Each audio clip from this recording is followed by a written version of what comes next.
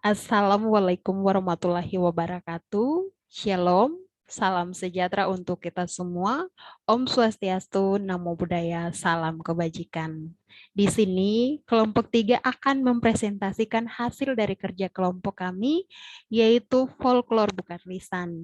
Dan folklor bukan lisan ini akan kami ulas di daerah Maluku. Untuk itu, kepada pemateri disilakan. Baik, terima kasih atas kesempatannya. Jadi kelompok 3 akan membahas tentang folklor bukan lisan, khususnya di daerah Maluku. Jadi folklor bukan lisan adalah folklor yang bentuknya bukan lisan, walaupun cara pembuatannya diajarkan secara lisan. Kelompok besar ini dapat dibagi menjadi 2 kelompok, yaitu yang pertama kelompok material, dan yang kedua yaitu kelompok bukan material. Kita masuk ke pembahasan yang pertama, yaitu kelompok material. Jadi yang termasuk dalam kelompok material yaitu yang pertama ada arsitektur rakyat, yaitu rumah adat Baileo. Kita ketahui bahwa rumah adat Baileo adalah rumah adat asal Maluku dengan fungsi penting sebagai tempat bagi para tetua adat untuk melakukan diskusi tentang isu-isu atau masalah yang terjadi. Bukan hanya itu, tetapi rumah adat ini juga digunakan untuk ritual-ritual adat tertentu dan digunakan untuk diskusi tentang raja negeri dan juga sanire negeri. Raja negeri dan sanire negeri adalah kepala desa dan perangkat desa. Pada rumah adat Baileo ada banyak ukiran-ukiran bergambar 2 ekor ayam yang saling berhadapan dan diapit oleh 2 ekor anjing di sebelah kiri dan kanannya. Pada posisi ukiran ini berada di ambang pintu serta memiliki arti dan lambang tentang kedamaian dan kemakmuran.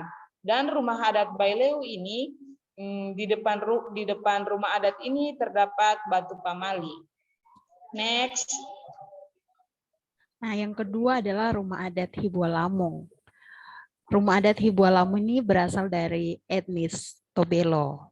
Jadi Hibualamo terdiri dari 2 kata, yaitu Hibua dan Lamo.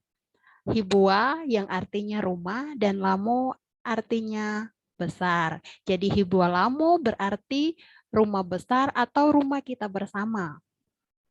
Nah, rumah adat Hibualamo memiliki fungsi utama sebagai tempat untuk mempersatukan 10 hoana dalam bahasa Tobelo atau suku yang ada di Pulau Morotai. Jadi, jika dilihat dari gambar tersebut, rumah adat ini sangat mirip dengan perahu yang mana mencerminkan kehidupan masyarakatnya yang sangat hobi melaut. Nah, bangunan ini memiliki bentuk segi 8 dan memiliki 4 pintu yang terletak di setiap arah mata angin. Jadi kalau dahulu di saat kepercayaan masyarakatnya masih tergolong animisme dan dinamisme, biasa rumah adat ini digunakan untuk sebagai menyembah para roh atau leluhur. Namun setelah adanya agama seperti agama Islam dan agama Kristen, rumah adat ini difungsikan sebagai acara-acara adat dan acara-acara kedaerahan lainnya. Selain itu, rumah adat Hibualamo memiliki 4 unsur warna, yaitu warna merah, kuning, hitam, putih. Dan dari keempat warna ini memiliki arti masing-masing. Merah mencerminkan semangat perjuangan masyarakat Canga, kuning berarti kecerdasan, kemegahan, dan kekayaan. Hitam melambangkan solidaritas dan putih melambangkan kesucian. Next.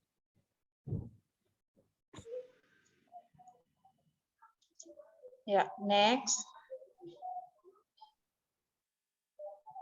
Ya, yang kedua yaitu kerajinan tangan rakyat. Kerajinan tangan rakyat ini ada yang disebut sebagai saloi, yang merupakan rangsel unik khas Halmahera atau Maluku Utara. Tas ini bisa dibuat dari kayu atau anyaman bambu dan rotan. Dahulu saloi biasa dipakai orang tua saat musim panen padi di ladang. Saloi merupakan hasil kerajinan sebagai warisan turun-temurun. Nah, selain saloi, di Maluku juga ada kerajinan yang dari rotan, yaitu bakul. Jadi bakul ini difungsikan sebagai tempat untuk menaruh hasil perkebunan seperti umbi-umbian dan juga sayur-sayuran, dan akan diletakkan di kepala dan dibawa kembali ke kampung atau rumah masing-masing. Nah, selain saloi, ada juga kerajinan tangan dari masyarakat Halmahera seperti tikar, sosiru, gata-gata, dan sasapu yang merupakan kerajinan tangan sebagai warisan turun-temurun. Next. Yang berikut adalah pakaian dan perhiasan tubuh adat. Nah, di sini adalah kain tenun, merupakan pakaian adat dari masyarakat Tanimbar. Pakaian adat dan perhiasan untuk wanita. Jadi pada saat upacara adat, perempuan Tanimbar ini menggunakan kebaya dan tais atau kain tenun dan menyempurnakan penampilannya dengan mengenakan sejumlah aksesoris yang khas untuk upacara adat. Jadi aksesoris ini meliputi sinenu, somalea, lelbutir, belusu, dan lufu. Sedangkan pakaian dan perhiasan untuk laki-laki, mereka menggunakan teik atau cawat. Jadi teik ini terbuat dari tenunan kain yang berukuran kecil yang dipakai untuk menutup alat kelamin laki-laki. Ada juga yang memakai umban.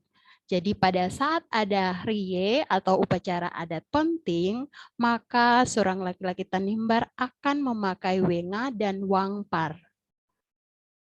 Next. Ya, yang berikut adalah makanan dan minuman rakyat. Yang pertama yaitu makanan rakyat. Kita ketahui bahwa masyarakat Maluku mempunyai makanan adat yaitu sagu. Jadi sagu tidak hanya semata-mata sebagai makanan pokok saja, tetapi sagu juga merupakan sumber informasi budaya manusianya yang merupakan suatu kolektivitas atau kelompok yang menyatakan identitas atau jati dirinya. Jadi sagu bukan hanya diolah sebagai papeda, tetapi juga diolah sebagai sagu lempeng, sagu gula merah, bagea, bahkan dibuat menjadi kue kering. Dan produk-produk makanan secara tradisi yang dihasilkan dari sagu seperti papeda dan lain-lain merupakan produk yang benar-benar terlahir dari sebuah pengetahuan tradisi masyarakatnya. Next. Nah, kalau yang tadi makanan rakyat khas Maluku, sekarang minuman rakyat. Di sini minuman rakyat khas Maluku adalah sopi.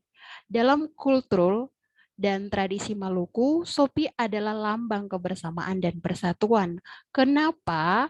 Karena pada saat terjadi konflik antara dua negeri atau desa, maka mereka akan menghadirkan sopi sebagai lambang untuk mempersatukan.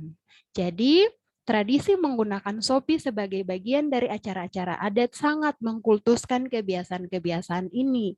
Salah satu contoh tradisi dari orang Kisar.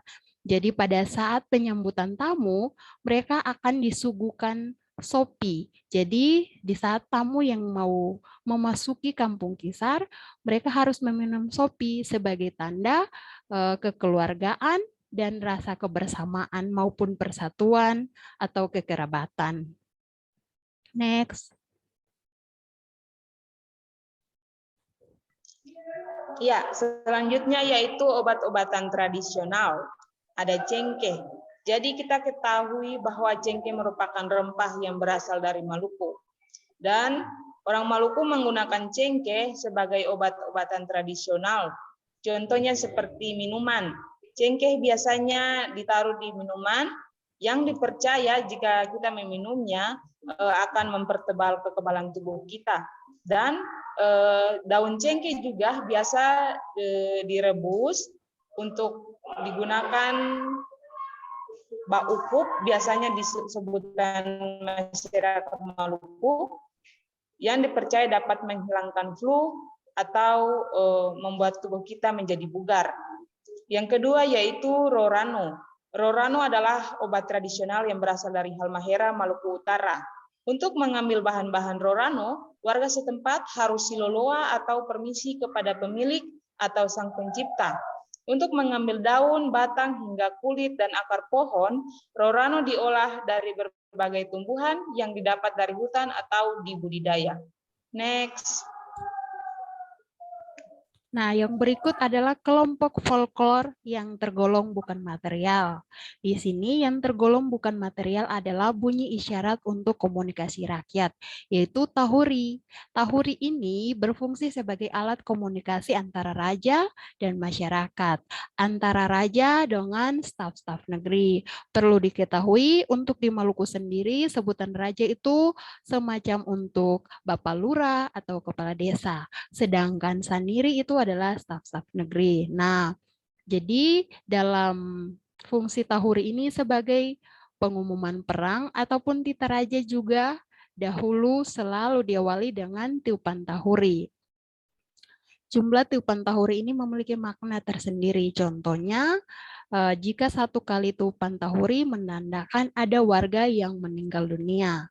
Selain tahuri, ada juga toleng-toleng yang berfungsi sebagai penanda adanya bahaya atau terjadinya kecelakaan. Jadi toleng-toleng ini dalam setiap desa itu ada yang dari bambu, ada juga yang dari kayu. Next. Ya, selanjutnya itu kesimpulan.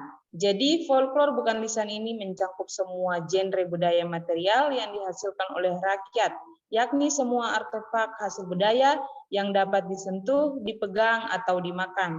Dengan demikian, folklore bukan lisan ini adalah berupa benda berwujud dengan kehadiran fisik, baik yang dimaksudkan untuk penggunaan secara permanen maupun untuk digunakan sesekali. Demikian presentasi dari kelompok 3, saya kembalikan ke moderator. Dan kebanyakan demikian presentasi dari kelompok 3.